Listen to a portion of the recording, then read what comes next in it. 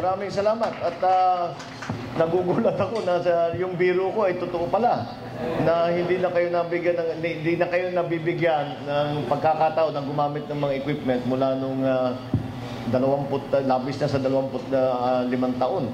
So, siguro nga dahil yung aking nasabi sa inyo na yung repair and rehabilitation na pondo sa NIA ay binawasan ng husto. As I said, 4.5 billion ang hiningi, 0.5 lamang, 500 million lamang ang naibigay. At sa buong Pilipinas, lalo na yung mga bulldozer, yung mga backhoe, hindi naman mumurahin yung mga yan. Pero wala tayong magagawa kung wala kayong equipment, wala tayong magagawa para ayusin yung mga nasisira. Kaya actually, ang katotohanan ay hindi ko sa ibang lugar na napuntahan ko ay ganito rin ang kanilang reklamo. Ang reklamo naman nila, meron silang equipment pero luma na at madalas nang masira at napakamahal pa ipaayos. Kaya siguro sinasabi nila na mas maganda bumili na lang ng bago para hindi bayad ng bayad sa pagpaayos dahil nasisira. So, maraming salamat at ako'y babalikan natin ito at baka maisama pa natin sa darating na budget. Subukan natin na lagyan ng item para dito sa equipment ng NIA. Dahil mukhang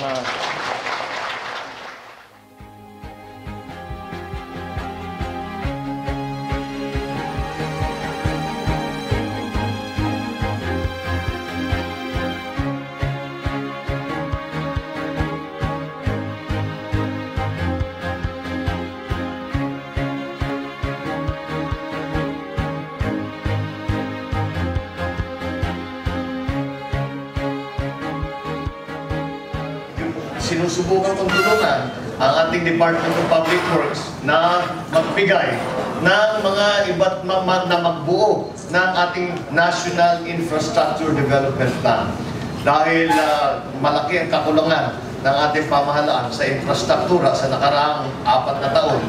At marami nang nagsasabi na sayang naman ang ang paglaki at pagtibay at paglago ng ating ekonomiya kung hindi maramdaman ng lahat ng ating kababayan.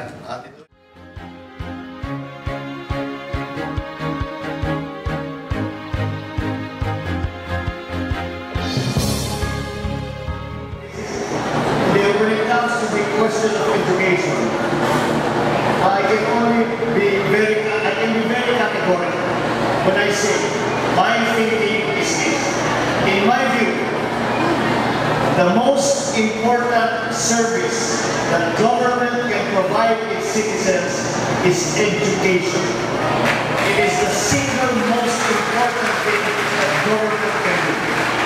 Government cannot improve its educational system without fully supporting and helping our teachers. Nabanggit kanina, the future of the country, sabi ni Jose Rizal, ang kinabukasan ng ating bansa ay ang ating mga kabataan. Ang meron ko kayo dadagdag doon, ang kinabukasan ng ating mga kabataan ay ang ating guro. Para mag-generate ng ating guro,